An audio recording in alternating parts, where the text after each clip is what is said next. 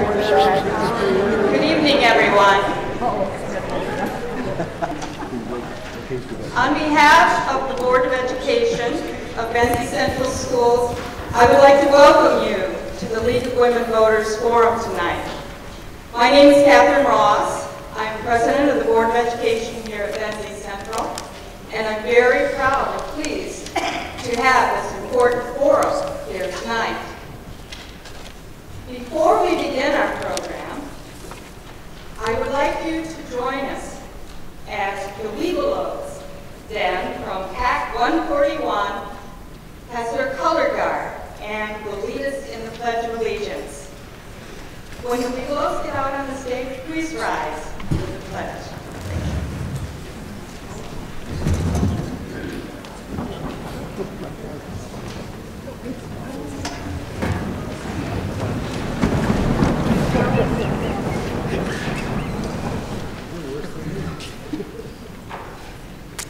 Color guard attention.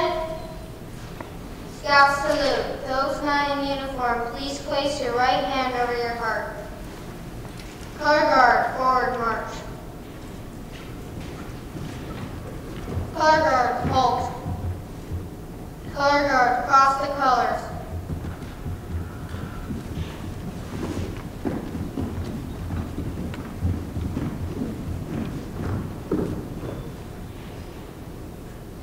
Color guard, post the flag of the great state of Michigan. Please recite the Pledge of Allegiance.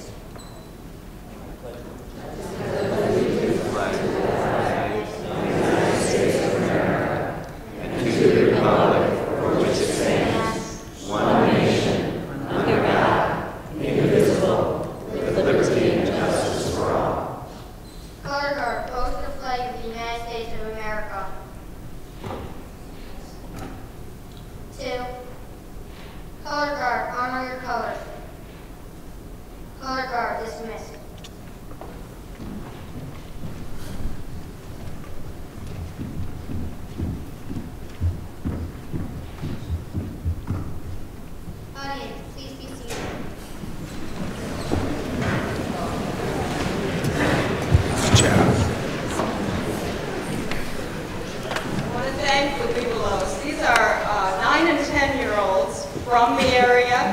Their group encompasses people from Frankfort and Crystal Lake Elementary and Benzie Valley Elementary.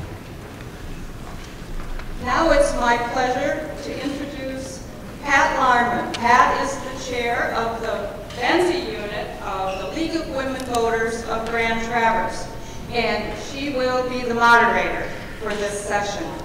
Pat?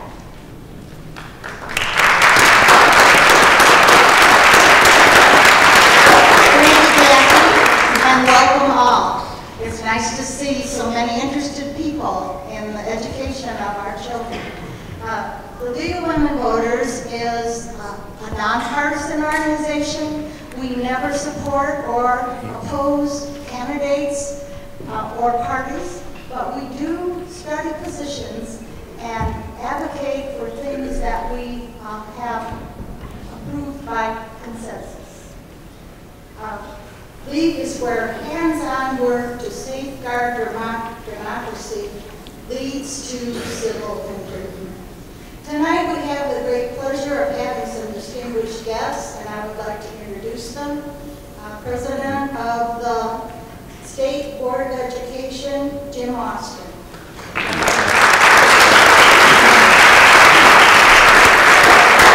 Next to him is Lindsey Smith, who is a reporter for National Public Radio in Muskegon.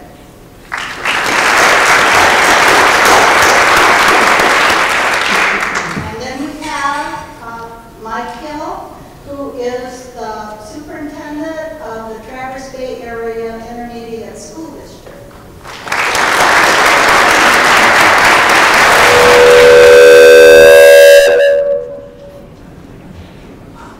And our host tonight is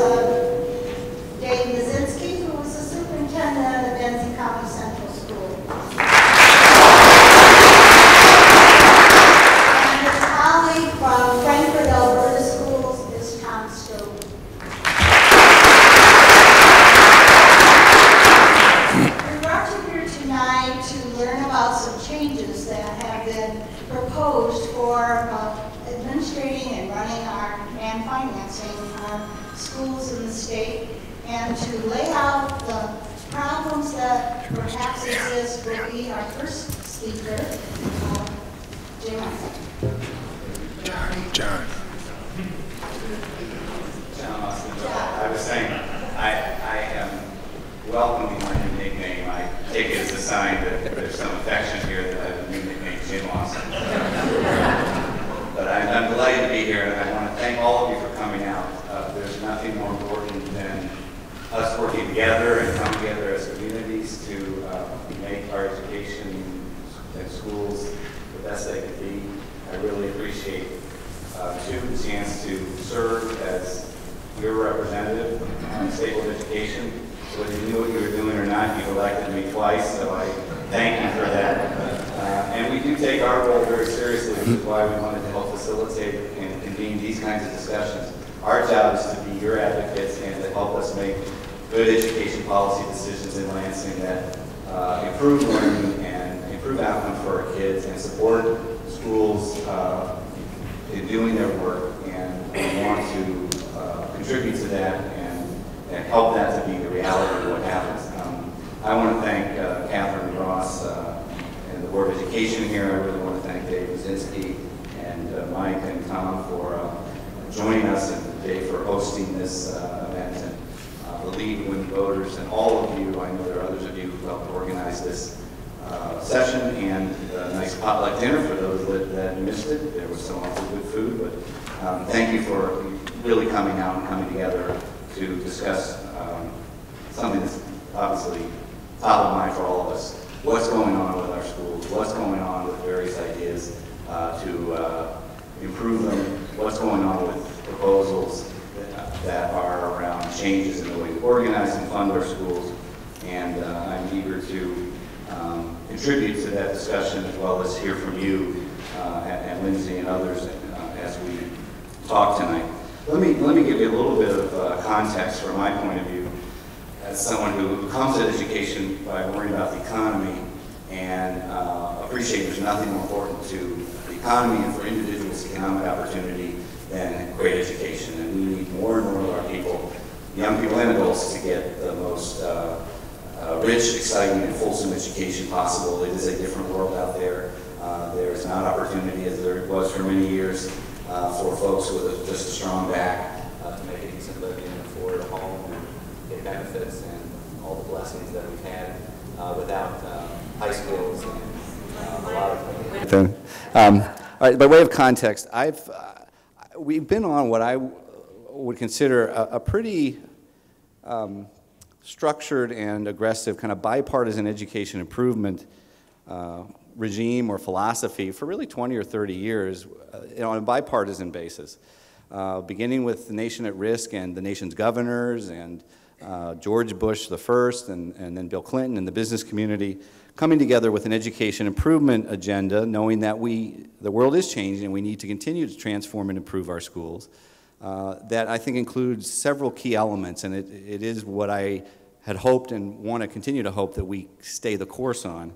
High standards, rigorous content expectations for all our young people, witness why we have a high school Michigan merit curriculum. We need all our young people to have basic facility and exposure to a range of disciplines in order for them to choose and then to be prepared for next steps, career, post-secondary, technical training, and work. Strong accountability, transparent information, how are schools doing, so you as parents and community members can know how are our kids learning the skills that we're trying to teach them, and hopefully that kind of clarity and consistency. And I know we're not always as consistent in sort of setting the goalpost. We want this curriculum and these content standards to be the target, but so our teachers and our educators can go to work and figuring out how to deliver those content expectations.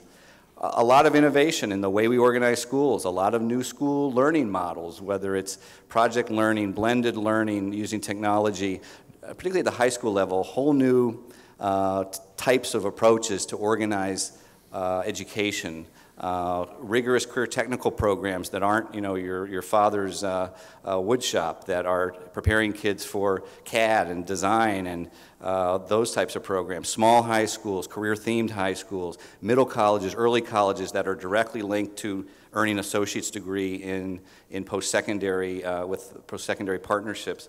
All of these changes in the way we organize schools to make it more engaging and to create a diversity of learning opportunities based on kids' needs and pathways are part of the reform agenda. A real emphasis, and it's been consistent right through the more recent Race to the Top proposals, teachers matter. Teachers matter most in terms of moving the needle on student achievement. Better teacher preparation, better support for new teachers, better teacher quality. We made reforms. There's teacher tenure reform. We want to make sure teachers are delivering excellent education, and we need more and better support, professional development, and rewards for teachers to keep them in the classroom. That's an area that I wish we as a state had put more money and energy behind. Nationally and in other states, it's been the vanguard of what they've done to improve education, but everyone agrees, and I think the recent Center for Michigan work to have community conversations similar to this one, where they ask parents and community members what matters for education improvement. We all know teachers are the key, teachers and those who organize and deliver education, and that should be and is a priority in sort of the reform agenda that we want to continue to animate. We've been focused on achievement gaps. We have dramatic achievement gaps. Some kids and some communities aren't learning. We need to close those gaps. We need to create choices.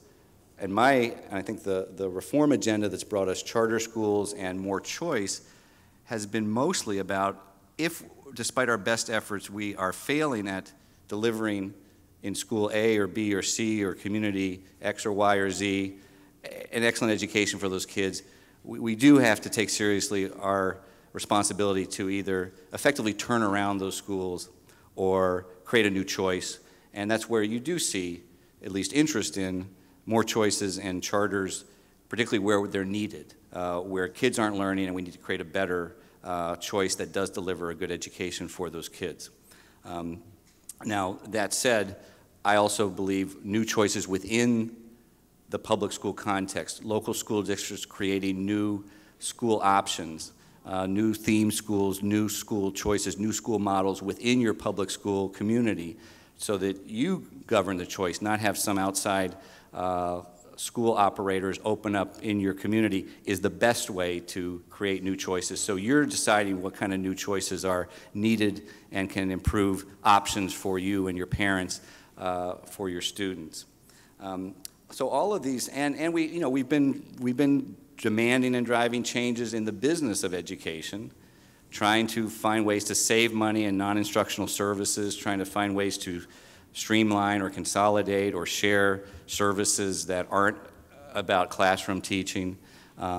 We've also been eager to support changes in the business of benefits, legacy benefit, and pension systems to bring them in line with the 21st century reality that co-payment of health and pension benefits and those sorts of regimes are where we need to be in the public sector, just as they've moved in the private sector. And those are all tough changes. My agenda, the state board's agenda too, is to encourage those kinds of changes and savings, but fundamentally so we can put more money strategically into education where we need to. And that includes more money into preschool education, where we're seeing some coming together now as a state to expand early childhood and Great Start programs for more young people who need those services. That's a great investment. I would like us to put more money into K-12 generally and into K-12 teachers and the things we know deliver the goods, which we know have been cut as we've cut education K-12 pretty consistently, and we're not even putting more money in really now. We're still way below where we should be in terms of basic investment in K-12, and we've cut dramatically higher education support. I mean, it's very disturbing that a state with the great public universities and great community colleges that we have, which are such engines of economic opportunity, high quality, low cost ticket to a better life for us and our kids, we've been cutting them and gutting them, and we're now, near the bottom of the national indicators in terms of our support for higher education. We've priced, tuitions have gone up famously at our great universities. We're almost pricing them out of reach of working people. And that's a recipe for disaster, in my view. It's the wrong course. So we need to put more money into education generally while we make the kind of reforms that I'm talking about. And that's been the agenda that we've been on. There's new delivery models, high standards, real accountability, better support strategically for things that matter like teachers, and that's where the nation has been. And that's what where the other states are. You look at states like Massachusetts that have the highest performing students on test scores. They have a very fulsome investment in education, much more than we do, and they have a very managed approach. They don't let new schools or charters or choices be opened unless they're tightly governed by the state board and local school districts to be their choices, and they're high quality. And that I want to use to kind of set up the discussion of what the proposals are that are coming forward in Lansing. Because we at the state board have made recommendations. We did to the previous governors on what the agenda of education reform should be. We laid out our encouragements along the lines that I'm offering. We don't have the power of the purse, and we don't have the bully pulpit that a governor does. We have the constitutional responsibility to say this is the direction for education policy and reforms and funding that we think makes most sense. And we've made those recommendations, including when Governor Snyder came into office. His first education message of 2011, I guess, it did include many of our recommendations, including a lot of recommendations which have been not acted on for teacher support and teacher quality help. It also included ideas around anytime, any pace, any place learning, which we support if it means more dual enrollment and more young people moving at their own pace to accelerate, to get an associate's degree in partnership with community college or take AP courses while they're in high school or that kind of thing. That's what I thought we were agreeing to. But this anytime, any pace is also a code word in other states for sort of unlimited online learning, which I want to turn to in terms of the nature of some of the proposals that are being forwarded by really a nexus may sound like a pejorative term, but there is a strong constituency out there that is dominant right now, particularly with allies in the legislature, that has a different philosophy than this let's reform and improve our public school agenda as we've been doing on a bipartisan basis for 25 years. And there's a couple layers of it. One is, unfortunately, some I think have a political agenda, meaning wanting to diminish the power of the existing education establishment, teachers' unions, and educators, superintendents, and school boards, so the traditional education establishment by creating more private sector run schools, more charter schools, and sort of an alternative power center to diminish the power of education, very powerful education leaders like over at that table and their teachers union allies who are obstacles to change. So that's a part of that's a political agenda that some have in bringing forward a set of ideas which are about opening up new schools, unlimited online schools, for-profit companies that want to offer their services into our public education system. And that's a big piece of what is informing the proposals that I'll describe very briefly in a minute.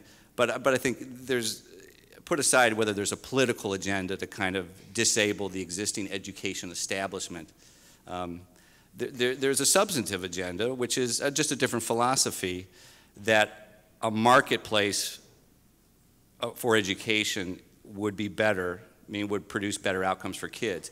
More competition, more schools, more private schools, more online schools, more schools offering their services to students and using our public dollars to buy their services, that's the way to make the overall education system work better. And that's a substantive argument or a position you can have, that a free market for education would be more effective. It also, though, it bumps into this tradition of trying to have neighborhood-run and funded schools that we want to see succeed in meeting the outcomes and building the skills that we want. So the proposals that the governor asked Richard McClellan, who was the architect of the voucher proposal of, what's the 2000? And really a lot of what was being proposed in lame duck legislature, and that's what made me and many other people really, really want to have fulsome public discussion, is that some of these proposals were being written up as bills that potentially, if we hadn't kind of called them out, would have been acted on in a lame duck legislature when no one knew it was happening. And they did represent a combination of sort of unlimited new school creation, for-profit schools, online schools, unlimited charters, many of which would be authorized by our public bodies that are willing to authorize for-profit operators of charter schools. Any and all types of schools, bring them into the marketplace. There was a bill, House Bill 5923, that was written by the McClellan group that the governor asked to write that and some other school finance proposals. And it was in, you know, it was on the desk of the legislators. And it would have said unlimited new schools, unlimited specialty schools run by businesses, unlimited online schools. We passed some limitations on online learning because we don't know if they work very well last year. This new school creation bill really was the big potato, because if it had been acted on in a lame duck legislature before people knew what it was, it would have created this new marketplace of schools, no quality expectations for these schools, no quality controls. They didn't even want them to have to teach the same stuff we require all schools to teach in terms of our standards and take the same tests, the MEP and the Michigan Merit. They wanted freedom to do whatever they wanted in teaching and test them whatever way, so you couldn't really compare them. They didn't want any quality control on new charter operators or new school online operators, even those that had a bad track record that we know don't educate kids very well because they have a terrible record already. They wouldn't allow us to say, let's not let people we know don't educate kids open any more schools or sell any more online products because of this sort of philosophy that we just need a market and the market will police itself. And some of us pointed out, you know, that was the same argument made on Wall Street with these products. Oh, the market will police itself. And look at the disaster that we had to clean up there. So, and frankly, the last summer, when the cap was lifted on authorizing charter schools, there was a cap on the number of university schools that could be authorized. There was a pretty robust discussion of, shouldn't we at least have some quality control on new charter schools? We don't want those charter operators that have a bad track record to be able to open more schools and have to clean up that mess. Those were resisted, and the governor didn't veto those bills either, so there's some damage to be undone, in my view, on that front. So they had this House Bill 5923 that was ready to go. They also had this Education Achievement Authority legislation. Now, the Education Achievement Authority, in my view, is something we need. It's basically a state district that would take the worst performing schools, and do something to intervene and turn them around and help them be successful, put in a new learning model, put in a new set of management to schools that we've miserably not been able to improve, and do something different. And if that's what that bill was, it should have passed, in my view. But the problem was the same folks who wrote this other legislation wrote into that legislation a bunch of enablers for this new school creation agenda, particularly this EAA operating as a state school district could authorize charters anywhere. You know, they could authorize a charter across the street here, even when there wasn't a failing school up here to replace. In fact, you guys are beating the odds school here, right? So that was of concern, that this EAA could be a vehicle for basically spawning new schools anywhere in the state as part of that agenda, not just turning around or replacing a failed school with a new school, which is what it should do. And they also wrote into that legislation a bunch of sort of a warehouse for public school buildings that aren't being used by all our public school districts, which are many. They wanted those to be turned over to this EAA so that basically they could be given away to new schools that would be created by all this new school creation activity. So those two things gave many pause and said, wait a minute, you've put a bunch of ornaments on this school turnaround legislation that are about this new school marketplace, Wild West of unregulated new schools. So we called out both of those pieces, you and many others. I went a little more rhetorically over the top than I usually do, because my reputation heretofore had been as a thoughtful person, reform-minded. But I basically said, look, this is creating a Wild West of unregulated free market schools, which is going to blow up the existing schools and wreak havoc on the system. And you're throwing a market against our efforts to try to improve neighborhood public schools. And you haven't even thought out the market. The third piece that they were developing was a set of ways we'd spend the foundation grant so that every individual student would basically be able to take a piece of it and buy products in the marketplace. They could buy a course from this online school, they could go shop at the community college, they could buy a course over here, and that, there are elements of that we can talk about which could be helpful, but if part of that goal of unbundling the foundation grant was to sort of allow, hypothetically, which is what was proposed, Johnny or Susie to spend their $7,000 on an online-only school, and that's how they take their money and spend it, which is going to be marketed to them as a good thing to do, and then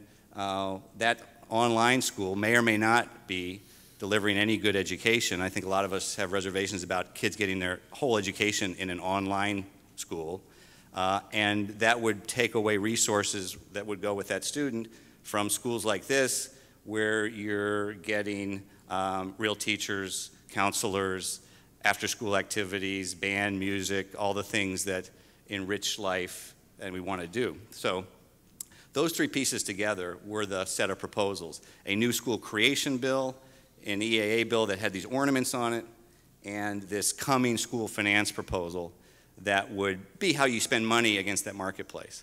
So again, the fact that it was called out for what it was, a very radical change, not using any over-the-top language. This is a total different way to organize schools and pay for them. And so it deserves very fulsome public discussion about, does it do good things? Does it do bad things? And I tried in the state board, we did engage with these folks and the governor, and okay, some of these ideas might make some sense, but only if they were done in a certain way to not do damage to public schools and create better outcomes for students. And that's the paper, the set of recommendations we made that raised, some of the more, important issues in this context. If you're going to encourage more choices, the quality control issue's got to be front and center. We don't need any more new bad schools or providers of education in the marketplace, period. I mean, we have enough challenge improving the schools we've got. Folks taking money and opening and educating kids that don't give them an education. And we saw the same thing in the private higher ed universe over recent years, where it's a business. Folks market to vets returning who have a GI Bill, Pell Grants. They market these, come and enroll and you'll get this great degree. They take the money, and we learn out later, people dropped out, they never finished, they never got an education, and we're cleaning up a big mess. So that's one we need to prevent. There's got to be total quality control in any education offering so that they're providing good choices. Again, if we're going to unbundle the foundation grant, we should be paying a lot more for like full service schools where you actually get the benefits to education of mentoring, learning to work with other kids, having counselors, having the chance to work on the student newspaper. We should give $9,000 to that and $500 for an online course.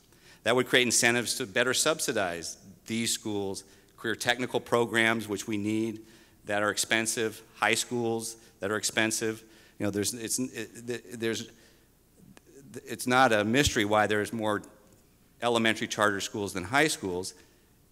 Elementary schools are cheaper and you make a lot more money on an elementary student when you're getting the same $7,000 or $8,000 per head.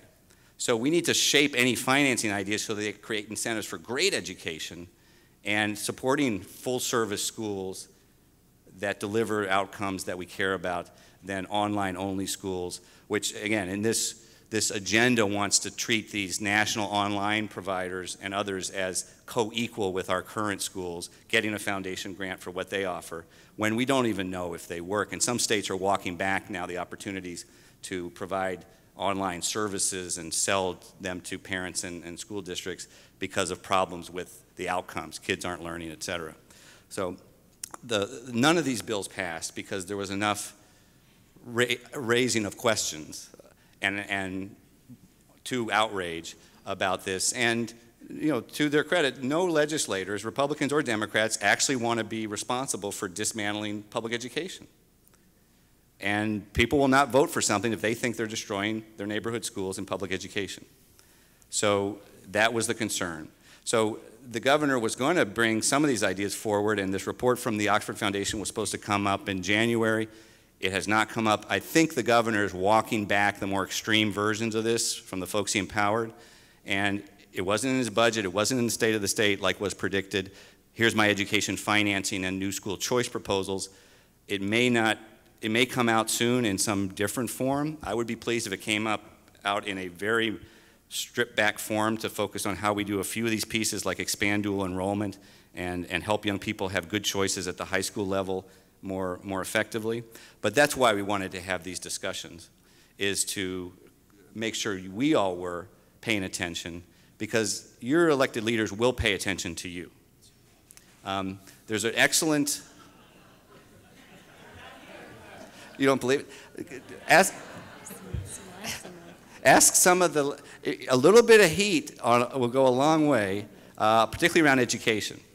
There's a great summary and critique of these proposals by David Arson, MSU professor, that's on the table. I recommend that because he really does walk through what's right, wrong, potentially damaging with these ideas much more articulately than I just did. But my time is up, so I know our education leaders, this education establishment group over here, can also share their perspective quite fully on what's going on and what this means. So again, thank you for the opportunity to be with you. I look forward to listening as much as talking, and thank you for the chance to try to help us work together to do good things for our schools. Thank you.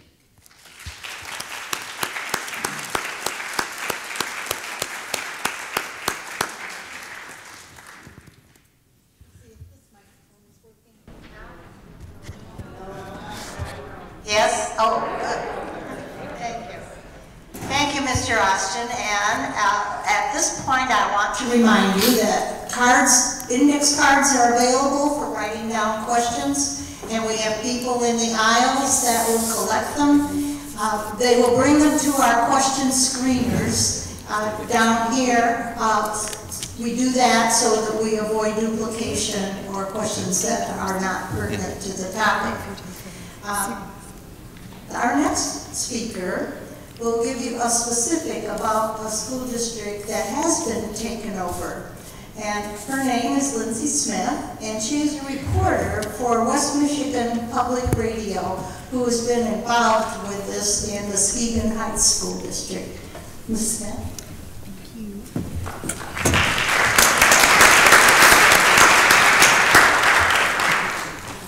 Let's see if I can do this.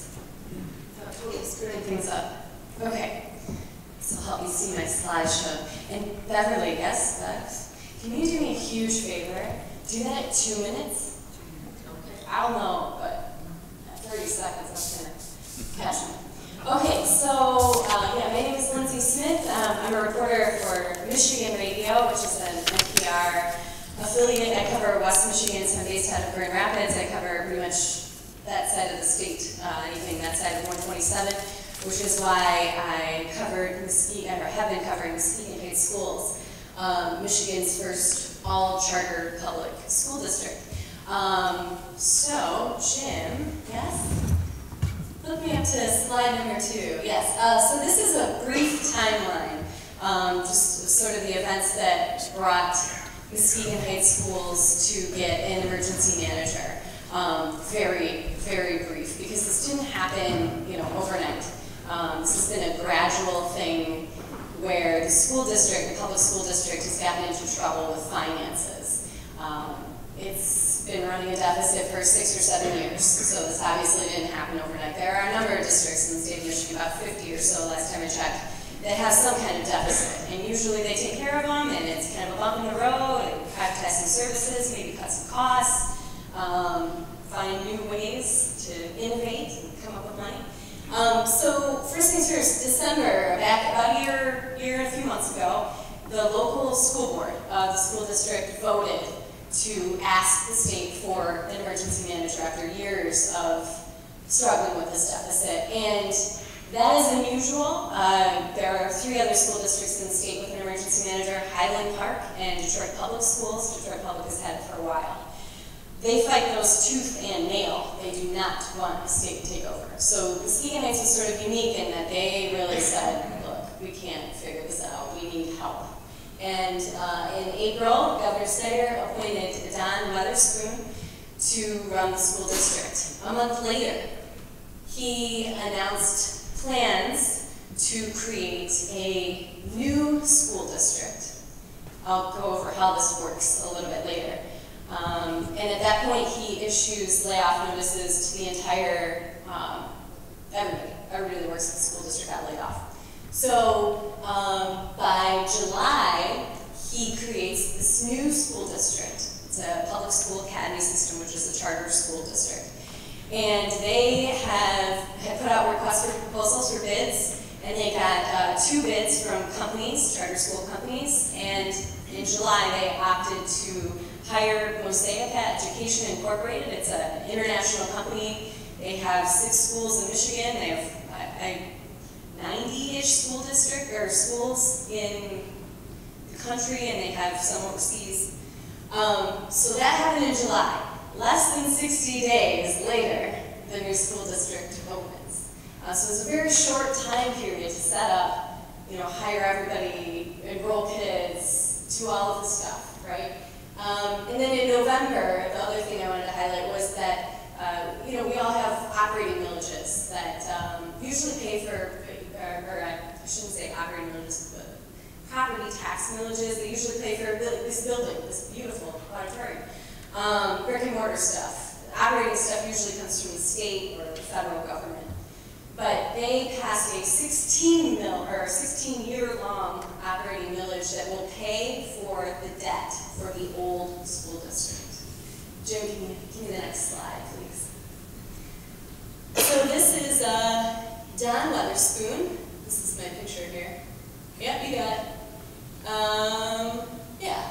So, we got the top cut up here, but basically a financial emergency. So there's one thing to have a deficit, right? There's lots of schools that have deficits, don't get an emergency manager. You have to have a financial emergency, and there's criteria that you can meet to get to that point. So this is the guy, Don Weatherspoon, that they appointed. I boiled it down to 3 points, 3 reasons why they ran into this financial emergency. It's pretty simple. Rising costs, less money, and then resulting cash flow problems where you are, in a personal standpoint, using credit cards to pay off this bill, and then your interest rate is on this credit card, and then you're trying, there's like a money shuffle. They borrowed a lot of money from the state year after year to pay off vendors, to pay teachers, to pay into their pension system.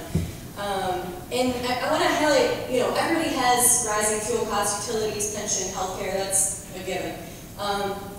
The housing crash, I feel like really played a role in this because the decline in property tax value is something in this district like 15% loss in a matter of a couple of years. The other thing is the student loss. As a state, Michigan has lost people. We're the only state to lose people in the census. And funding is based on how many kids you have, how many kids show up. And if you go, in this case, from about 2,000 students to 1,200 students, it's a huge loss. And Muskegon, as a market area, has had a higher unemployment rate than the state of Michigan for many years. So, you can't ignore that this sort of economic picture plays a part. Just for reference, Muskegon Heights is the 4th poorest city in the state. The average household income is about $20,000 a household, not an individual. So, you're looking at poverty problems. It's complicated. I'm trying to boil it down for you. Jim, you can give me the next slide. So let's go to July. All right, we get this, to July, this emergency manager, as he sees it, he has 3 real options. One is to consolidate with another school district. I think there's talk about this in Mason County, I could be wrong, but there's certainly lots of school districts now that are looking at consolidations, ways to consolidate services, or just straight up consolidating. The problem with that is not only did they have a very limited amount of time, they didn't have enough money to open the school in the fall. That's how bad the deficit was. Nobody really wanted to have that debt go into their district because the debt follows it's like getting married. You marry a guy and he's got $100 grand and credit card debts and student loans, guess what? Just inherited that. So nobody really wanted that, that was not, and then also arguably, Muskegon Heights High School and Muskegon Heights Middle School have some of the lowest performing NEET scores. So arguably you're taking on a group of kids that really needs a lot of attention. It needs a lot of help. So that was not an option. Nobody wanted to do that. Bankruptcy. The emergency manager law was created so that we didn't have to have cities, school districts, villages, counties declare bankruptcy. The governor does not want that. He does not want that to happen. So I put that up there as an option, but really it wasn't an option. So the last option is what he did, which was to create this new public school district. I put up this picture. This is Don. The middle guy is Gene Edelman. He's the founder of Mosaic Education. And then the woman off to the left here is Elena Zachary Ross. She is the, there's a weird title name, but really she's the superintendent of the new school district. And she was hired from public schools. This is her first venture into charter schools. Her mom was a Detroit public school teacher for 40-some years, so it's just sort of an interesting story there. You can give me the next slide. All right, this is the setup. It gets really hairy, it's hard to explain this. But, and I stole this graphic from the emergency manager. You've got the elected school board on one side. Usually you would have your superintendent, administration underneath that, they run the schools. So this gets complicated because you have the school board who has asked for the emergency manager, who arguably I'd put him up higher, if it was me, because he really has control of the district. But he says they're an advisory to them, and they do have some responsibility for accountability and that stuff. He creates the new district. He's appointed a 3-member charter school board. He appointed them. And then together, the emergency manager and the new school board have hired a charter company. And that charter company happens to be Mosaic Education, which then is responsible for running everything within the school district. Give me the next slides. Jim. Okay, cool. So this I stole right from a PowerPoint, this graphic that the emergency manager presented to the community back in May. This was his case for making the new school district. The biggest one, that zero debt. For many, many years, these kids were living with the consequences of having less money. You can't get building repairs, you can't do, there's so many things you can't do because you're trying to pay off all this debt. So if you create a new school district, it doesn't have any debt. It's like magic, and then they don't have to worry about that. The old district still exists, but it doesn't educate any students. It just exists to pay down its debt. The other thing is, there was no tax increase, and the neighborhood schools still existed. They still wanted, the community still wanted to have their schools, right? And they wanted them to be free. So that was a positive. And then the other one that he lists is that the current staff can reapply for their jobs, which some did. Some did get hired, not all have stayed, but there are still a couple there. Okay, so next slide, Jim. This one I'm going to spend some time on. All right, so this is where I sort of have spent a lot of my time recording. Okay, how is it going? I wanted to kind of see, you know, this is an experiment. This has never happened before in the state of Michigan, where you have laid off everybody and hired a new company to run your district. So one of the first things that I ran into is, okay, so transparency, accountability, we talked about that, John talked about that. The first meeting the new charter board held, where they hired the company, they had this 365-page contract. It's really complicated. It's a 5-year contract. Mosaic Education will make $8.75 million over the 5 years at least. They can make more money if they get a lot of students that sign up. But we didn't know that, all right? So they assigned this contract. The school board asked 0 questions. They did not discuss it. And then, so I'm a reporter and I have to write this, so I'm like, okay, you have a copy of the contract, because I gotta write this, and I don't know what's in it. And they say, no, we don't. Well, we do, but you can have it. I said, okay, well, can you maybe answer some questions about, you know, what's in it so I don't write the wrong thing? If you can click this volume, can you click this sound? I'm gonna let John do the talking. This is their attorney.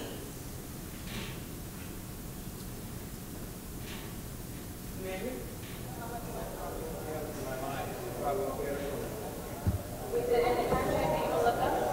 It is, but I'm not sure I'm going to. We don't need to come back to it. So you can't tell me how much you're paying the charter. Because it depends on how many students we have. Will it be X amount of dollars for the student that shows up? Over a certain amount, yeah. I can't remember. That's why I don't want to quote it for you. It's a fairly significant amount. I know.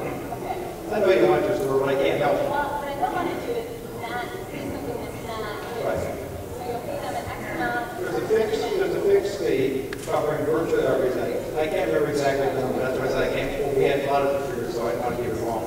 Okay, so you can't tell me anything. All right, I'll try to write that.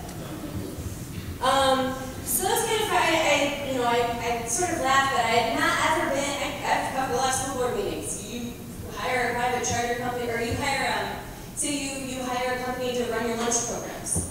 It's a contract. The school board signs it. Usually ask the questions and find out who all bidded for it. And there was like nothing. So just for me, I was like, how am I gonna do this? So that was sort of something. Then later on, all school districts had to have budget and transparency information on the website. They list their budget. They, if they pay somebody over $100,000 a year, they have to put it on their website. That wasn't on their website for a good 7 months until I started asking around, and then they put it up there.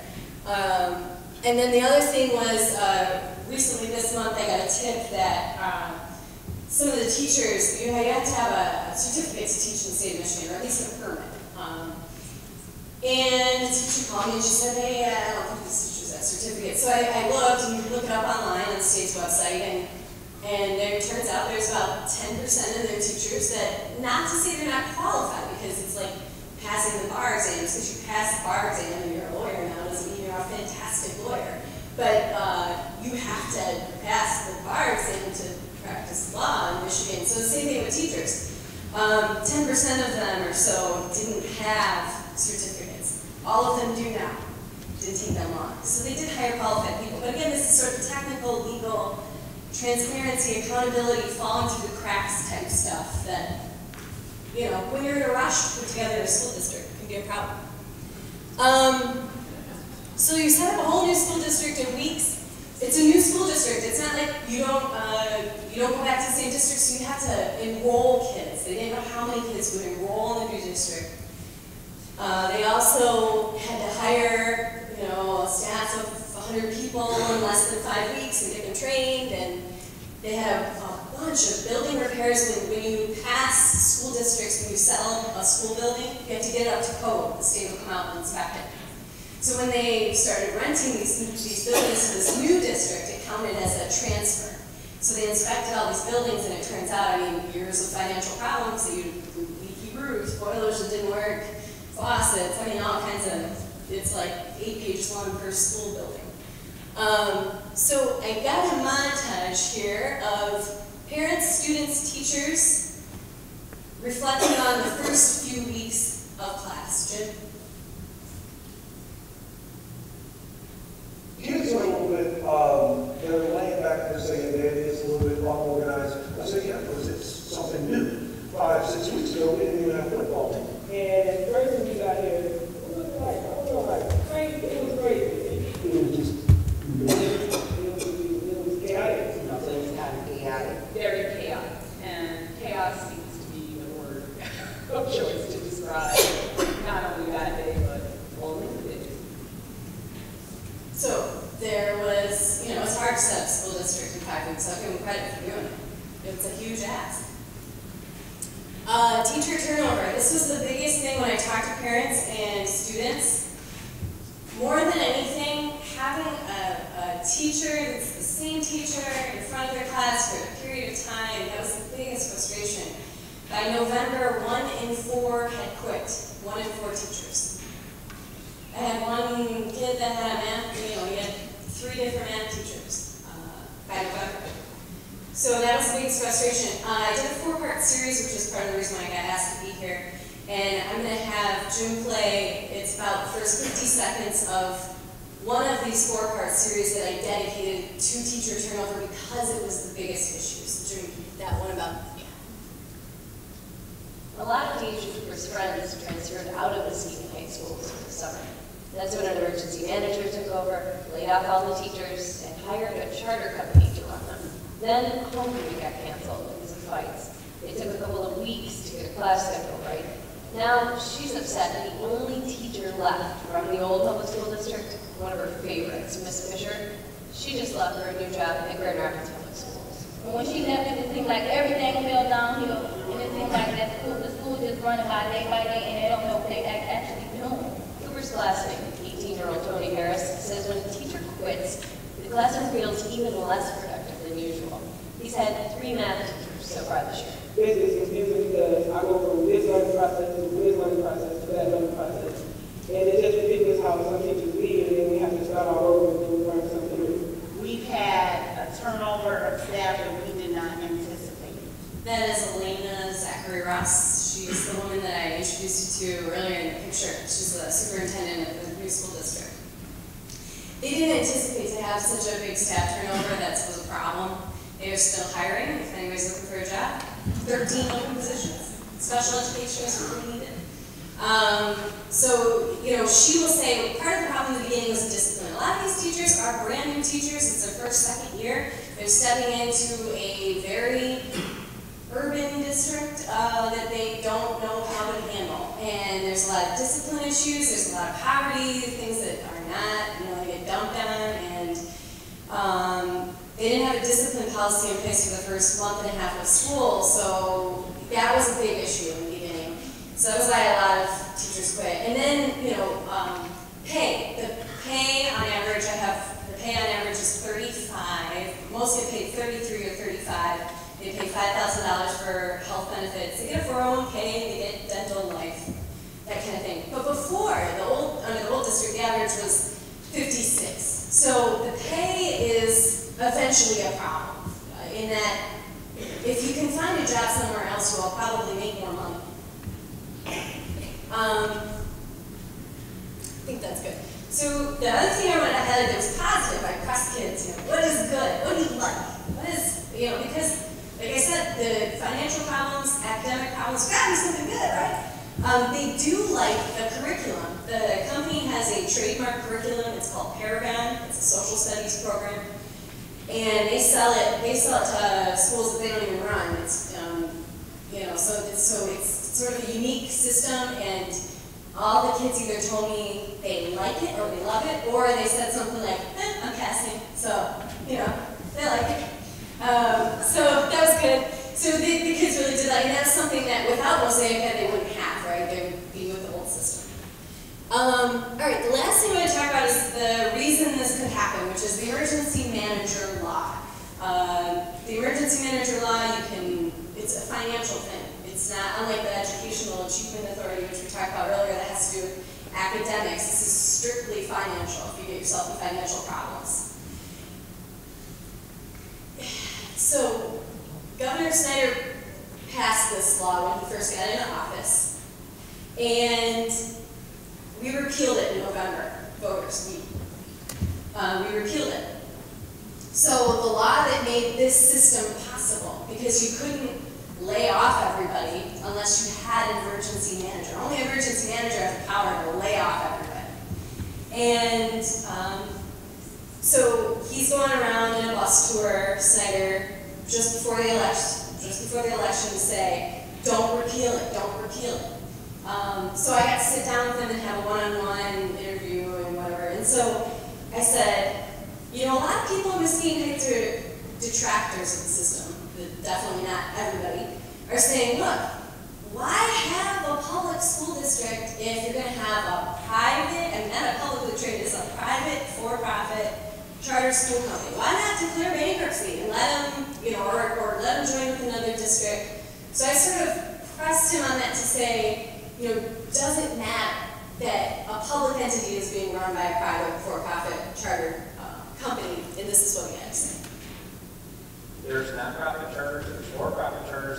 The real question isn't are they not-for-profit or for-profit, are the kids getting a great education? The kids don't care.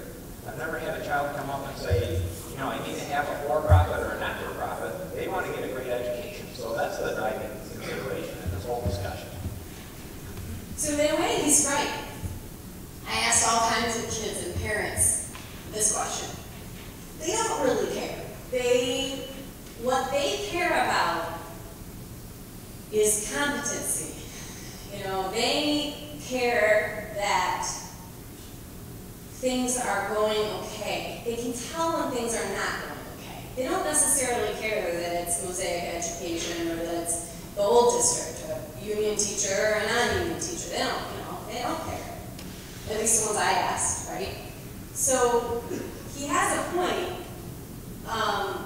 So it really comes down to the only thing they care about, and a lot of them did tell me, well, I do care who's running it, because what if one day we got somebody who didn't know how to run it? Then I would care, because it would affect me, one fourth grader told me. I said, yeah, okay. So, you know, they do care, but they don't care. Yeah. So it is sort of a mixed bag in that, and I see what he's saying. You know, if you go to a private college and you get a great education, you know, whatever. So, but this is, you know, public taxpayer dollars that are going to this. So I'm going to go to the last slide. I'm glad I'm doing it in fan time. And the last slide is really, or I'm sorry, the 8th one. Just the next one, I'm sorry. Yeah, there you go. Why should you care? In Traverse City, right? You're not in Muskegon Heights. But I deal with this all the time because my station, Michigan Radio, covers all of Lower Michigan. So it's always like, oh, that's a great story for Grand Rapids, but no one in Detroit cares. So I constantly deal with this. I think the reason that you should care are up here. All of this is taxpayer money. You know, when you were, even back when they were in deficit under a public district, right? Loaning school districts money. I mean, that's all of our money. They get federal money because they are Title I, Title 10. Their poverty level is so that they get federal tax dollars. All of this money is still our taxpayer dollars now. You know, that company is getting $9 million over 5 years to run the schools. So if and only if you care about money, okay, then I get you on money. And then the other one is sort of what you were saying earlier, Jim was saying about student success, that, you know, ultimately society deals with whatever product they create out of this school district or any school district. And, you know, these kids, I talked to one kid who is, they don't have pre-calculus. They didn't offer pre-calculus under this new system. And he wants to be an engineer, and he gets really good grades, and he actually got accepted to a university this year, so I'm really happy for him. But he felt like, I don't have this pre-calculus class that I need for college, you know, so will he have to take remedial classes? I mean, I don't know. So sort of this that you're, you know, that's important. The other thing is, like you said about school reform, you was talking earlier that this is on the table, this is an example, and if it works, it could be a model for other districts that are financially struggling. We also had the issue of unions, because Mosaic Education was an at-will employer, so the union folks really care about that stuff. And then people who are pro-charters, anti-charters, people that are charter, you know, any which way, it's sort of telling for any charter school, sometimes it matters to people, that kind of thing. So, thank you. Program, I urge you now to turn to the back, because in addition to our speakers tonight, when you go home, there are other ways to get additional information.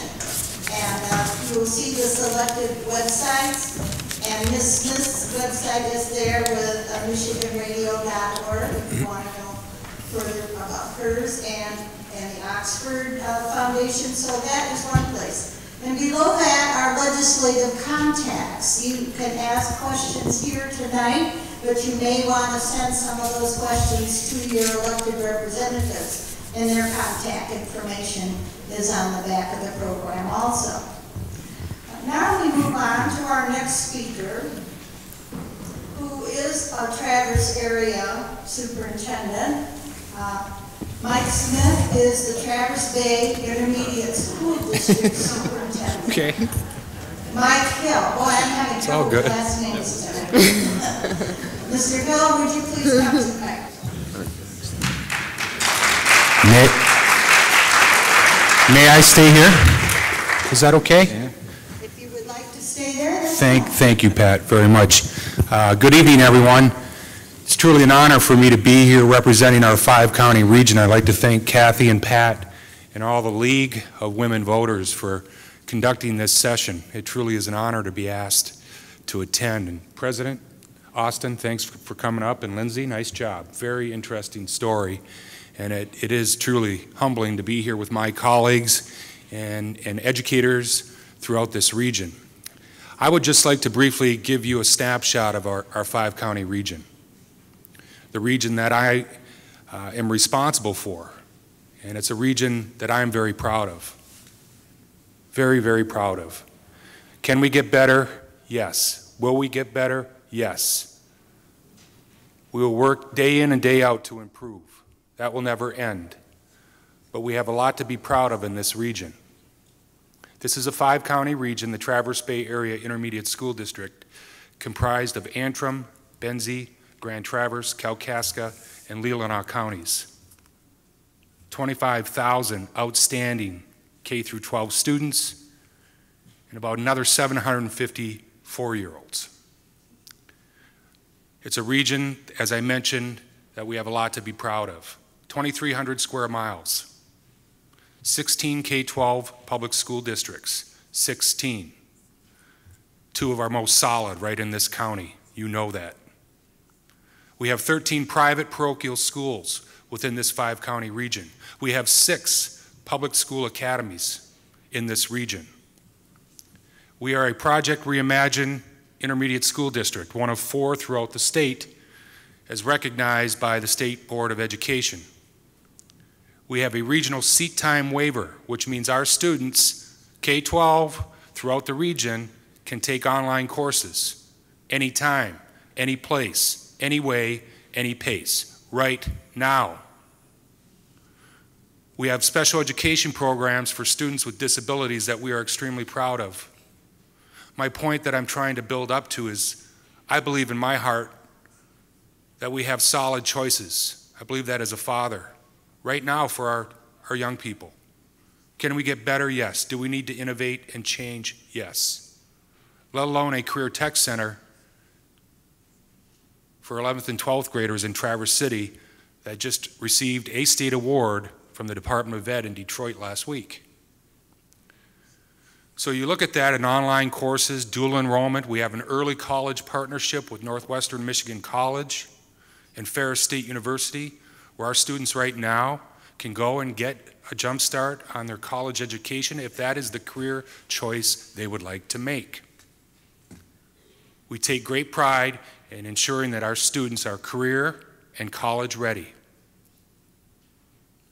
We also have a solid early childhood foundation here in this region. We're creating that foundation. So my point being is, as we look through the Oxford Foundation report and we consider expanding charter and choice in the state of Michigan and within the Traverse Bay Area Intermediate School District, we recognize we need to innovate. We recognize we need to change, and the status quo is unacceptable. But I would hope that as citizens that we could ask ourselves, do we have enough choice right now, and what can we do to better prepare the existing programs that we have in this proud region? Thank you.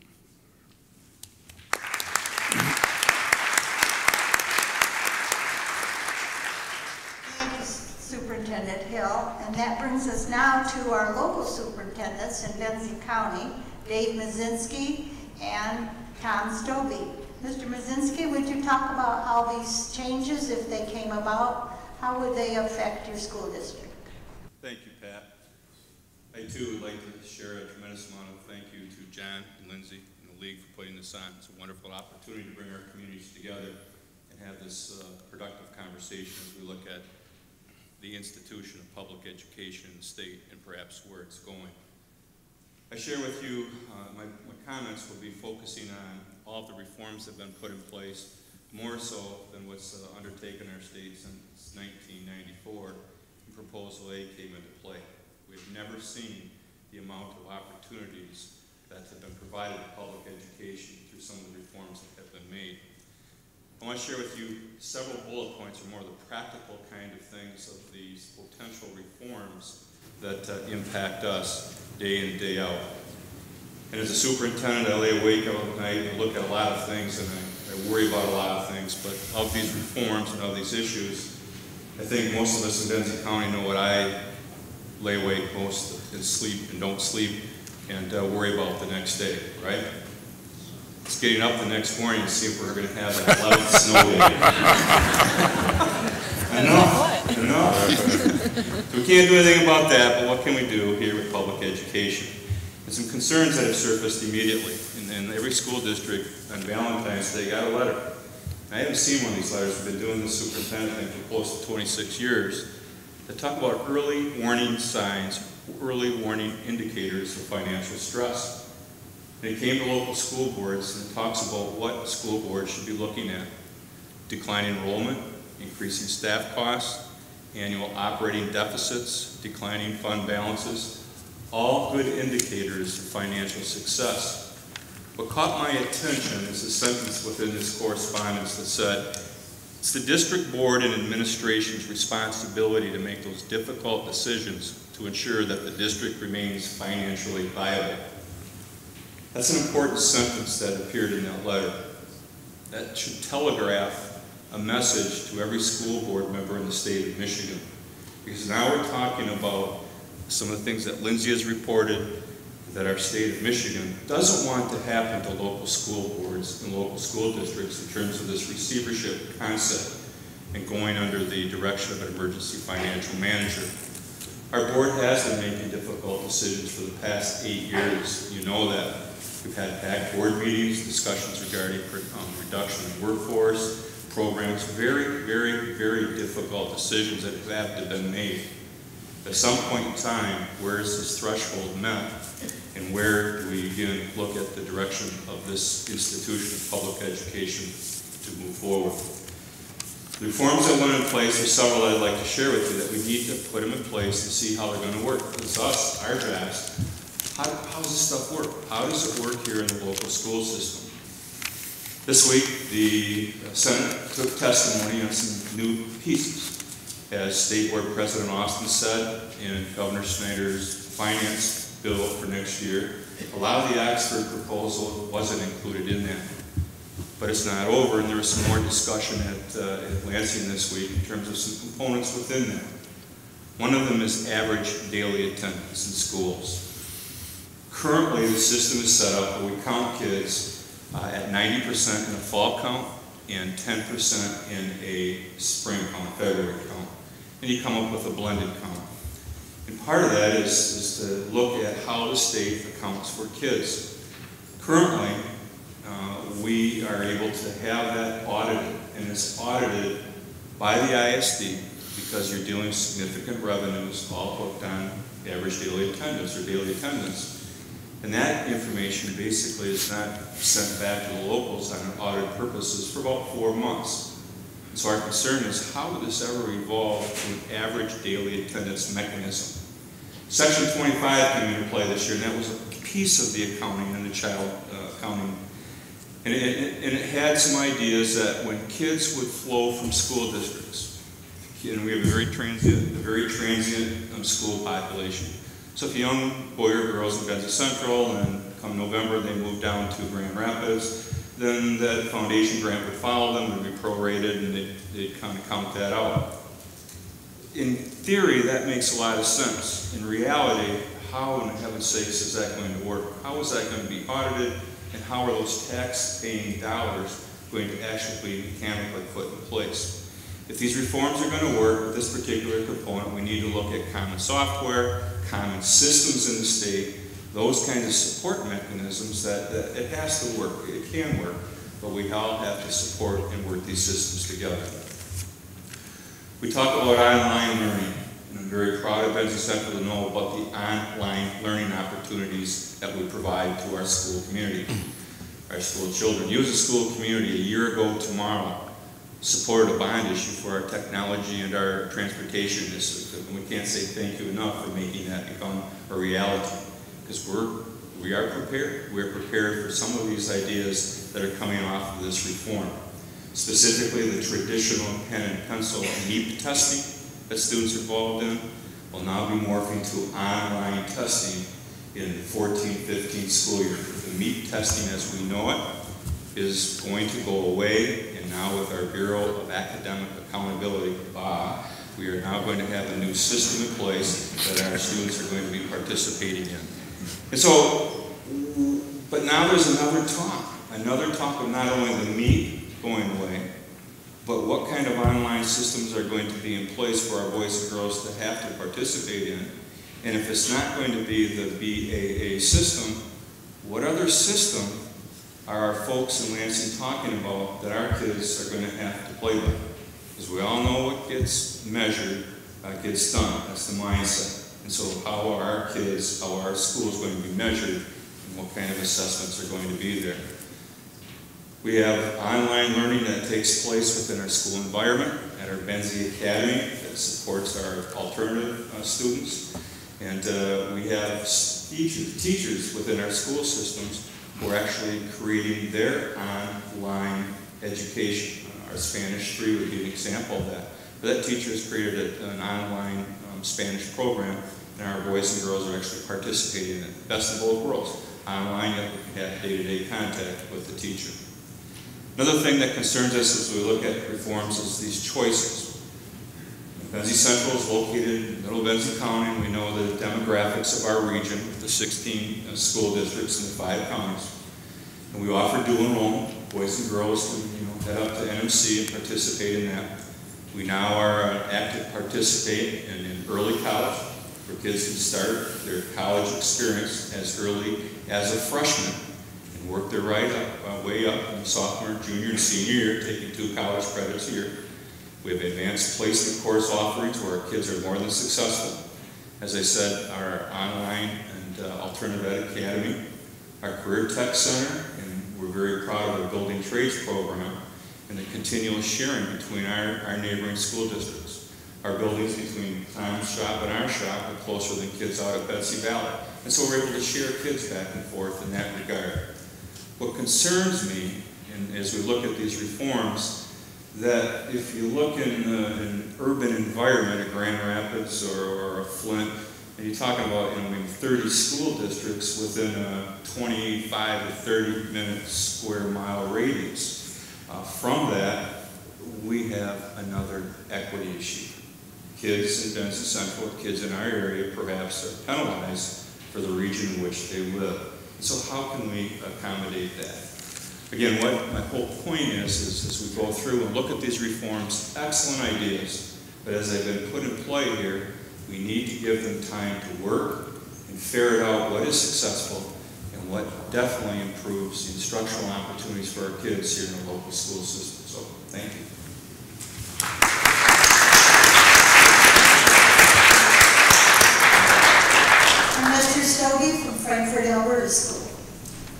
Thanks, Pat, and thanks for hosting this for the community. I think it's important that the community become aware of some of the things that are going on in the last 2 years. In particular, there have been 942 bills submitted in Lansing. In the past lame duck session, 282 bills were talked about, some moved on, some stayed in committee. And of that 942, 722 bills had to do with education. So we've been overwhelmed in the last couple of years with a variety of challenges. And on top of that, the challenge of not having enough money to run the district each and every year. We're always battling the budget, we're always battling lack of funding. And, you know, John mentioned Massachusetts, and Massachusetts has some of the highest test scores in the nation.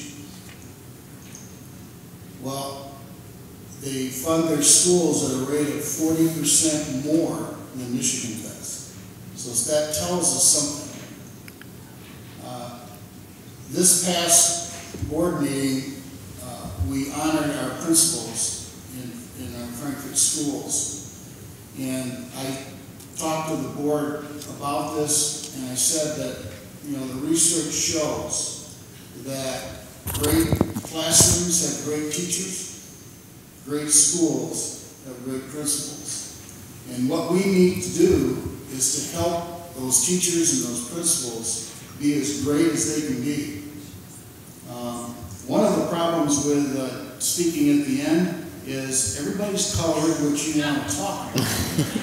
And so I appreciate Jim Austin. You run a great hospital there. I want the paycheck to go with it. John, thank you for traveling up here. My pleasure. I appreciate Lindsey and the work that you've been doing. It's important that people know what's going on and the ramifications of what's going on. And of course my colleagues here who I work with all the time. So thank you.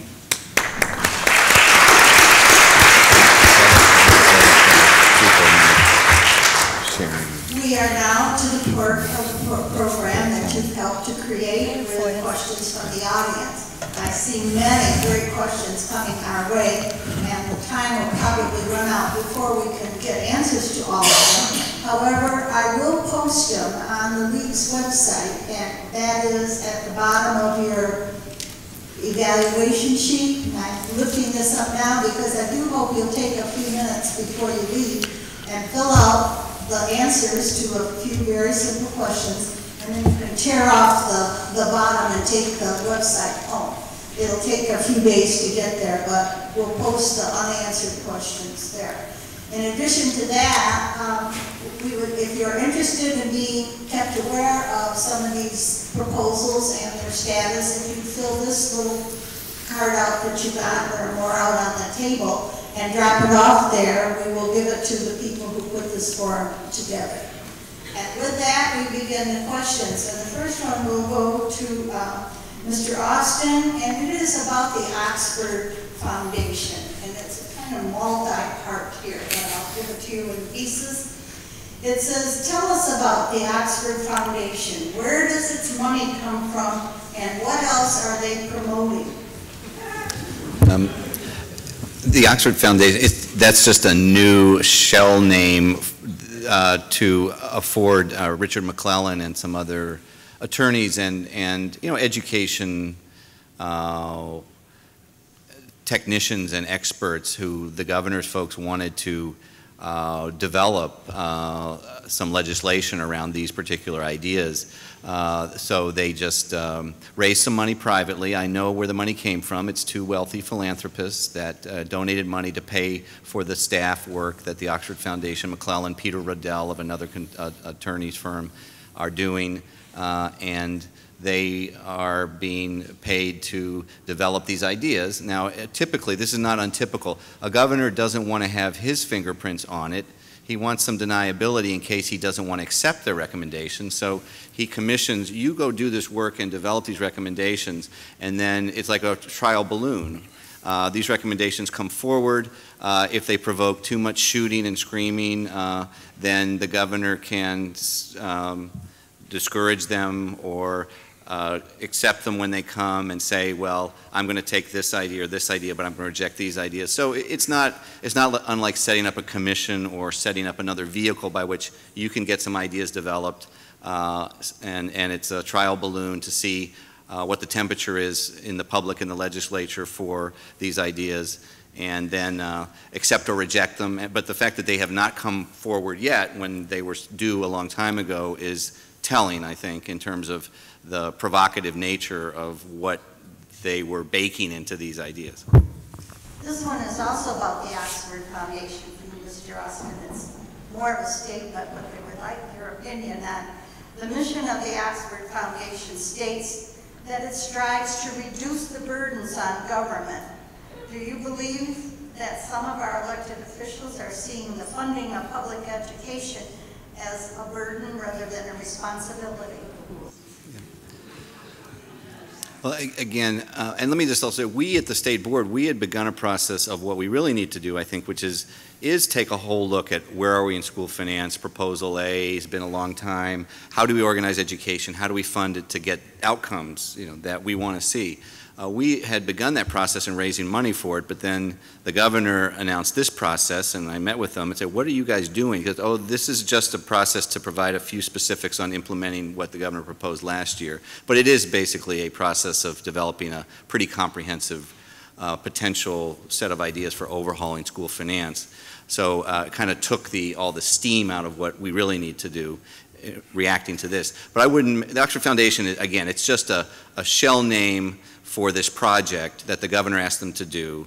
And I think the language may be, again, telling if there are those, I'm not among them, who actually believe things we do together in government can be very needed and helpful. These things that we invest in, and actually this little picture that I put out, this is a project in my day job where we look at how do we do better to invest in public goods, the things that only taxpayers coming together pay for, like roads and education and parks. And I think those are things that are good things that government can do, but there certainly is a philosophy out there that government can do no things and we should not raise money and cut support for all of these things we do together. There has been quite a bit said tonight about charter schools. And Mr. Hill, I'll ask you several things. First of all, how many charter schools are there in the intermediate school district? Are they required to accept special needs students? Do they have any state mandates similar to local schools? We have great questions, by the way. We have 6 public school academies or charter schools within our Traverse Bay Area Intermediate School District. The largest is the Grand Traverse Academy off of Hammond Road. They are now K-12. They started out K-3, moved to K-6. They now have over 1,200 students. And if you multiply that by $7,000, significant revenue. But that is our largest charter school. Yes, they do accept special needs students. Okay, their enrollment policies are subject not to the same per se as a K-12 school district, but they do accept special needs or disabled students. We have itinerant staff members, some of which are in the room tonight, that serve our public school academies and go out and work with students with disabilities. So we do serve those students at the charter schools, the academies, and the private schools that have disabilities. The region's taxpayers support that, and we're thankful for that. Mike, who authorized that charter school, or who are the authorizers of the charter schools you That specific school was Bay Mills. Okay, that's good. I'm glad that you asked each other questions. And if I direct a question to one respondent and someone else has another view, please step in. Ms. Smith, this one is for you. Muskegon Heights charter school curriculum, do they have to teach the Michigan Common Core like all the other districts? And do they have to comply with the state's transparency requirements? And if not, why? Yes and yes. Which is, so I touched on the budget and salary information that all districts are supposed to have on their website. There is no, the Department of Education, when I brought that to their attention, they said, hey, I don't think they have this on their website. They said, yeah, we know, we're working with them. There's no real teeth to that. However, the teacher certificates, permits, the Department of Education is investigating right now. They say that's going to take about 3 months to flesh out. If they find what I found, then they can fine the district for every day that they had uncertified, non-certificated teachers in the classroom. So they could be looking up, if I calculated it right, up to about $100,000 in fines, if that's the case. Can I say, they definitely have to teach the same content, though as I point out in my remarks, one of the problems with some of the proposals for these new schools that they want to create was they wanted out from teaching the same content, which is ridiculous, because one, we want all kids to master and be college and career ready, as Mike said. Two, we want to be able to know which schools are working and not, whether they're providing education. But there is a big problem with the transparency issue, as I think Lindsey's reporting suggested. Traditional public school, as Dave said, at every board meeting, or as Lindsey was saying, you can get all the information you ever wanted about where your money's going. The example of when you contract, say you hire a private company to do your lawn mowing or food services, you know what that contract is, but there's not a legal right necessarily to know everything about how much money that company is making and how much money their CEO makes, et cetera. The same is true when you're basically giving all of the money to a Mosaica. There's a lot that they don't have to tell you about how much money they're making, how much money they're making off charging themselves, paying themselves for the building use. There's a lot of that's not transparent, which is of great concern when it's our dollars that are being spent. I'll stop. Thank you. All right, I'm going to go down the line. Everyone give your thought on this, because this is something that comes up repeatedly in this area. And it's about the disparity in school funding, that some districts in other parts of the state have thousands of dollars more than what those in our immediate area do. Let's start with Mr. Stobie. Yes, the base, I believe the base foundation allowance is $6,900. 69.66. And the foundation allowance in Bloomfield Hills is $12,000. And so, yes, there is some disparity. Now, there is a group, and many of them come from this area, calling for equity in education, and they have been successful in getting some increases in foundation allowance for the base schools, and but it's not enough. It's not enough to raise the ship up to where the other ship is. So other than that one organization, what could be done? Well, I think our legislators and our government needs to make it a priority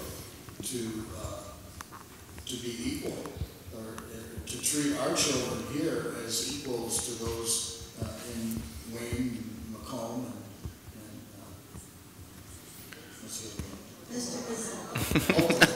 Oakland. Mr. Micinski, if you had the magic wand, what would you do? Every kid would be funded at the same level in our state. It shouldn't matter if you're in Detroit, Michigan, or Bloomfield, Hills, Benzie County, or Marquette. Kid's a kid, and that's the foundation grant that should follow. Tom mentioned 6966 and Governor Schneider's proposal. They're going to freeze the foundation grant at 6966, but they are, and he does recognize an equity comment or statement, and they're going to add an additional $34 to the base funded school districts like ours in recognition of equity. Per student. Per student. When you perhaps have heard the discussion about the foundation granted school funding increasing at 2%, I do the quick mental math and I see some best practices dollars. In the last year, we received $52 per student for meeting best practices, getting services out, the dashboard. There's 8 things that we certainly worked very hard and have accomplished. But that's going down to $16 per student. And so when you know the math, net loss is a negative $2 per kid next year in what's happening in the state of Michigan. And again, my whole premise is, schools downstate, and we'll look at downstate, they're worried about closing pools, and we're worried about closing schools. And I think there's some pretty significant issues that our state needs to come to grips with, is that a boy and a girl, doesn't matter where they live, should be at the same base rate to provide, as Board President Austin said, that same level of service in our state of Michigan.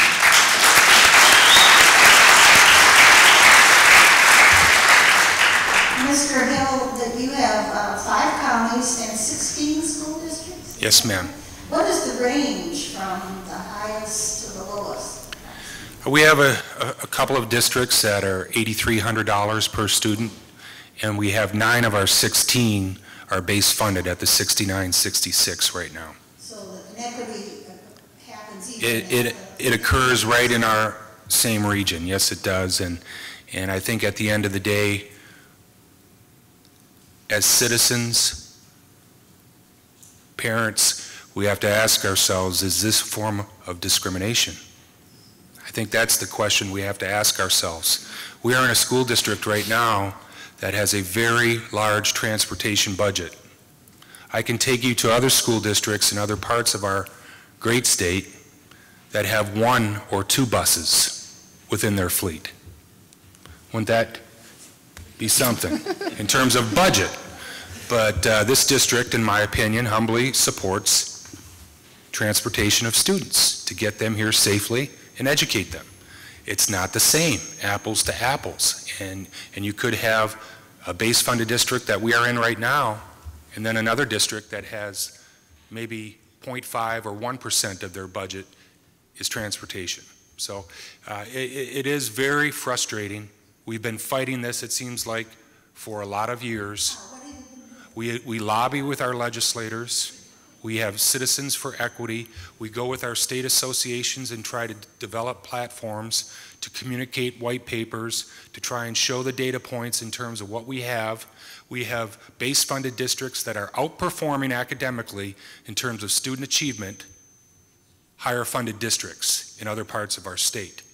So we have many base funded districts within the Traverse Bay area that are outperforming school districts that are getting $3,000 more per student. Ms. Smith. I would only, I think you guys make some great points. That I was not old enough to vote on Proposal A back in '94, so I am amazed that it still hasn't done its job as far as leveling the playing field for school funding. The only thing I would, I think you make a good point in that the transportation issue. So if you're up in Ontonagon County in the Upper Peninsula, I mean, imagine that transportation budget. So down where I am in the city of Grand Rapids, they would take issue with that. I hear the spokesman in my head. Maybe that they have a spokesman is telling, but they would say, look, not all children are equal. We have English language learners that we are required to, by law, teach, and they don't speak English, and that becomes our problem because we still have to teach them. Or we have kids in poverty that, you know, I'm not saying there's not poverty here, but so I guess, yeah, you should get more money for transportation, right? They don't have to deal with as much transportation issues. You know, if you have a percentage of English language learners, if you have a percentage of special needs, I mean, the problem is it's really complicated. So I guess that would be my only thing is, it's complicated. I'd like to think ideally we're all equal. We all should be getting the same amount, but it's complicated. Well, I mean, this is the school finance reform discussion we should be having, which is Exactly. how do we raise the money, apply the money, and get it where it needs to be, versus having to deal with this, how do we bust up the foundation grant and subsidize online and for-profit schools, et cetera, et cetera. So this is the discussion we want to have, and we should be having. And I just want to, again, compliment you all for continuing to persevere and succeed in the face of that kind of challenge. Proposal A, before you were voting, it did improve the equity situation a bit, but it also grandfathered in lots of formulas and inequities that need to be re-examined. And that's what we need to figure out how to do. And we need your help to make that the discussion versus this other thing. Be specific, what can we do? Well, I do think, again, I really think, and even what didn't happen in lame duck is testimony that on education, there is tremendous sensitivity in the legislature to, and responsiveness to not dismantling or hurting local public schools. So you have more traction and pressure points on education than you do on other things. For example, I mean, whether you like right to work or not, the legislature was more than happy with their majority to dismantle teachers' unions and unions in lame duck. They did not pull the trigger on these new school creation changes because they didn't want to be responsible for destroying what you have here. So you need to raise your voices and agitate around what you want the public school agenda to be about and the school finance reform agenda to be about. And if I could add that Senator Howard Walker, Representative Wayne Schmidt, they have been leaders regarding equity, and they deserve that credit. They are fighting. They are outnumbered when it comes down to the big three in Southeast Michigan, but over the years, they understand equity, and they have tried their best to fight for that issue. Okay, those are the two representatives from the Grand Traverse area, 104th for the House, and I don't know the Senate number, it was Howard Walker. In Benzie, it would be the 101st with Representative Race France, and Booher, I don't know the Senate number, Darwin Booher. And the number, it's on the back of your program, and also the governor. All right, Mr. Austin, what experience or training does an emergency manager have to possess? They have to be really, really mean. No, actually, Don Weatherspoon was a very competent administrator at the Department of Education for many years. And there is I'm sure a skill set that is needed because they are empowered when a situation is at the extreme financial distress that puts them into this category. Someone who is willing and empowered to go in and force the decision making to balance the budget. I mean, that is their job, to renegotiate contracts or obliterate them, et cetera. So that is, though, Dave read the letter from the state, from our department, which basically said, it is your job, local school districts, to make the tough decisions to cut costs in order to balance your books. You can always balance the budget by not paying anybody anything and stacking kids in the classroom and cutting out counselors and other services. You can get to a point where you balance the budget. The question is that a point at which anyone would want to have anything to do with an education, and does it deliver anything worth having? So, it is not enough. It certainly isn't the right answer, is to balance the budget at all costs and basically dismantle a public education program. It is what we should be doing, saying how do we put the resources together that support learning in these school districts as we ask them to make, if they haven't done needed and important things in balancing their costs against their revenues that others have made successfully, that you all are making, as they do that, we should be finding ways to support them better.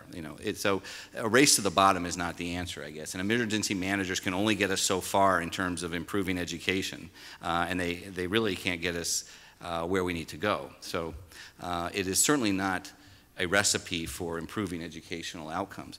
The Lindsey's reporting, I think, suggested, it is totally potentially appropriate if you, let me pick on Highland Park because we didn't talk about it. Here you have a school board and school district that probably is responsible for not delivering education over many years.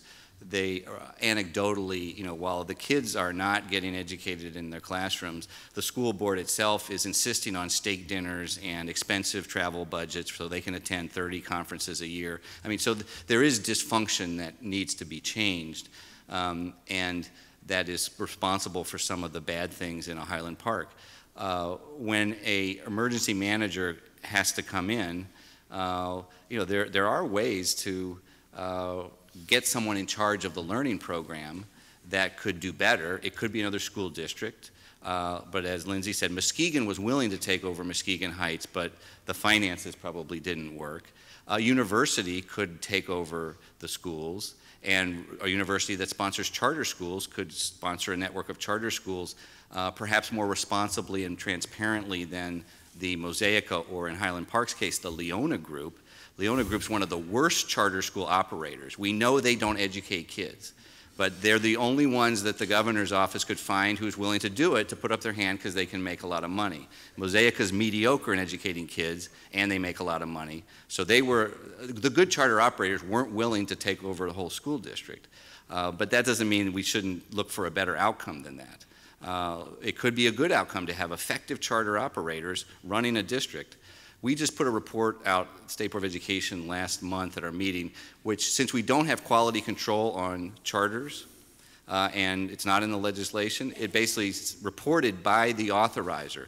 University, community college, ISDs, school districts, all of them can authorize charters. And we reported by authorizer which ones have really good schools where the kids learn and which ones have more bad schools where the kids aren't learning. And at the top were Grand Valley and Lake Superior State, whose schools are doing well in educating kids. At the bottom were the Bay Mills and Eastern Michigan and others whose charter schools are not educating kids because they've turned them over sometimes to bad operators. So that's the kind of accountability we need, but we need to have it on the front end, not have any more bad operators get control of more schools. Sorry for that long response. The answer. Ms. Smith, you mentioned the Paragon curriculum that was favored by some of the students in terms of social studies. What other curriculum disciplines do they offer? Well, the Paragon is strictly a social studies and kind of cultural thing. Other than that, they have general math, science, like any other district. I was told by some teachers that they had to come up with their own lesson plans, which is something that teachers are taught how to do. But day in, day out, it was a lot of extra work for some of them, they said. So that would be my short answer. The emergency manager requirements, in the first emergency manager law that we repealed, voters repealed, there was only finance requirements. You had to be a finance guy. I wish I had my computer, I could pull it up, but I also didn't mention that the governor and the lame duck, they passed a new emergency manager law. It will take effect in the end of March, so you could do this again. And in the new one, there is more requirements as far as what is asked for an emergency manager. However, they're still mostly finance. I don't see a lot of on academic side. And that's something that Michigan State Professor David Arson has looked at in detail. So just to... That article by Dr. Arson is out on the table. If you haven't seen it, we recommend that you take it and read it. Back to emergency managers. Anybody here know what the upper limit is on salary? Is there a base limit and an upper limit? I don't think there's an upper limit. I know Don Weatherspoon makes $120.25. And then Joe Harris was down in Benton Harbor, was making very similar, $112, I want to say. There are examples. I've heard of people going to training programs that they have for potential emergency managers because they might need some, where it is a bit of a punitive training program about how to be tough, et cetera. But there also are ways an emergency manager it sometimes is needed to have someone come in and do that. It can be done in a way that is more constructive than destructive. Flint is an example where the city of Flint has had an emergency manager. The first one was Mike Brown, former mayor, former United Way president, well-respected, a colleague of the current mayor whose job he took basically. Since the law changed, now they have another guy, Ed Kurtz, who's also kind of a known quantity. They basically have been working together. And how do we do this as painlessly and as constructively so we can make some changes and then turn the city back over to its elected leadership on a path to positive things happening, not all negative, destructive dynamics going on. So it can be done better, and hopefully we're only having this happen when there's no way around the dysfunction that led to its need, but also thoughtfully applying people to it, which I think we need to do, who can do it constructively, not destructively. Mr. Hill, this is about teacher certification. How does a person get teacher certification? And is there a way other than through a university? Boy, that's a good question. Originally coming out of their undergrad program, and that would be the teacher preparation program, they would have an original certificate that would allow them to go in and teach in core or non-core areas within that certificated area. And then professionals are responsible for going back and getting continuing education credits. And they have a certain amount of time to do that. And so they have that initial responsibility to have that original certificate and endorsement. And within our work at TBAISD, we have several special education staff members who are responsible for getting multiple endorsements, and which is a very rigorous challenge. And then we are all required for continuous improvement, the three of us included. So for us, it's going back and getting 6 credits or 18 continuing education, or SCECs, they're calling them right now. So we do have that requirement that we have to keep sharpening our saw all the time to stay up to date. This is for everyone. We'll go down the line. Assuming that you agree that reliance on test scores is not the only proven approach to decide student outcomes, how could students be assessed and how would we determine satisfactory achievement? Let's start at the other end. You want it again? Would you? Yeah. Other than assuming that you agree that reliance on test scores is not the only proven approach to desired student outcomes, how will students be assessed and who will determine what is satisfactory achievement? Are you talking about the state or the school district? I think they mean the school district. School district. Well, there are a number of alternate assessments that a student can do, and many schools have portfolio projects that they've asked their students to do, demonstrations, public speaking. There are a number of things that a student can be assessed on besides the actual pen and paper test. Mr. Micinski, what are your thoughts? We thought that question would be answered in July of 2011, and that was some of the wonderful, and I'm serious about that, reforms that have been put in play. Let's see how these things play out. At that point in time, there was supposed to be, and still is the vision, of a statewide teacher evaluation. A significant or predominant factor within that evaluation was the assessment of student achievement. To this date, the state and no district, everybody has their own, but there's not a consistent measure with a great degree of validity on what the definition of student achievement is. And so our shop has looked at that locally. I'm quite proud of what we're doing. So to answer your question, Pat, I think that needs to be done at the local level and determine what it is that student achievement is and how that will be measured at each local school system. Mr. Hill, can you add or? I'll try. That was, 2 very good responses. But this is our work. It's refreshing to talk about this and get away from some of the Oxford funding finance when you talk about curriculum, assessment, and improving the art and science of teaching. That's, I think, the reason we got into this profession. That's where our work needs to be grounded.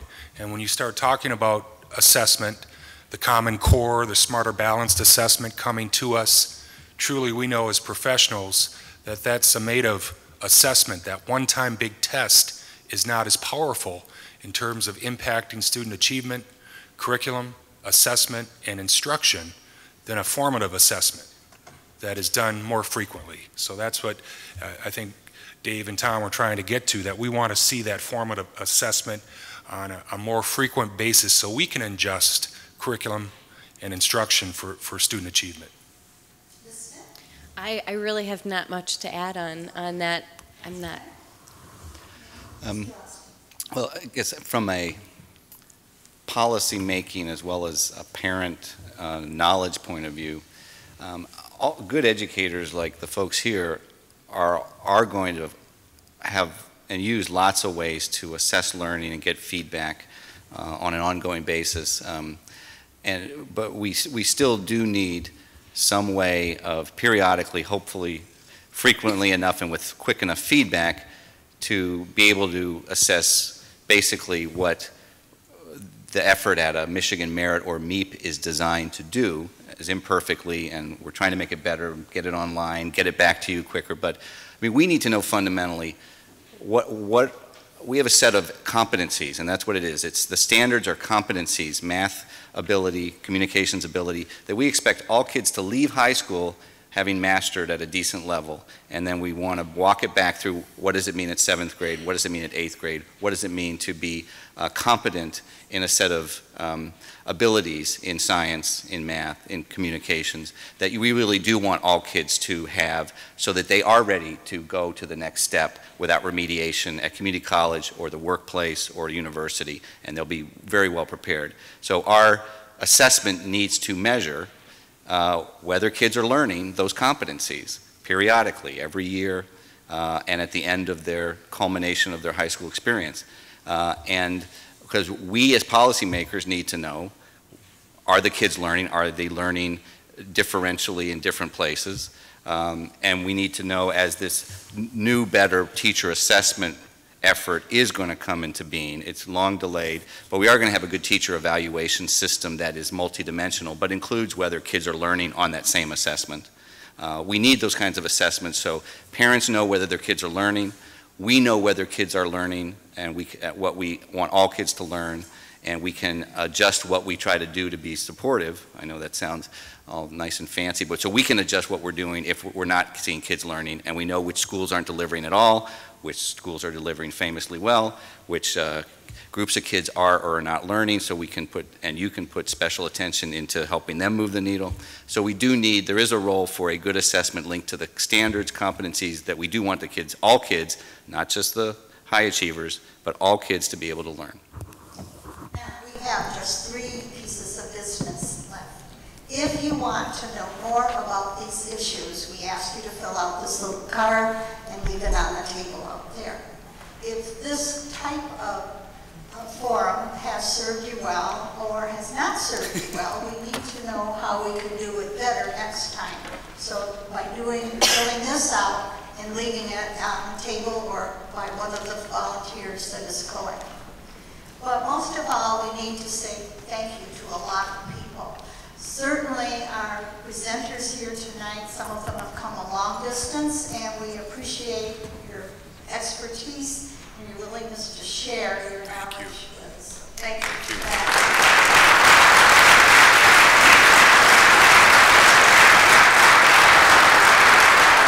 And thank you to the people here at Benzie County Central High School, the superintendent, the president of the Board of Education, Jim Curtis up in the AV box up there.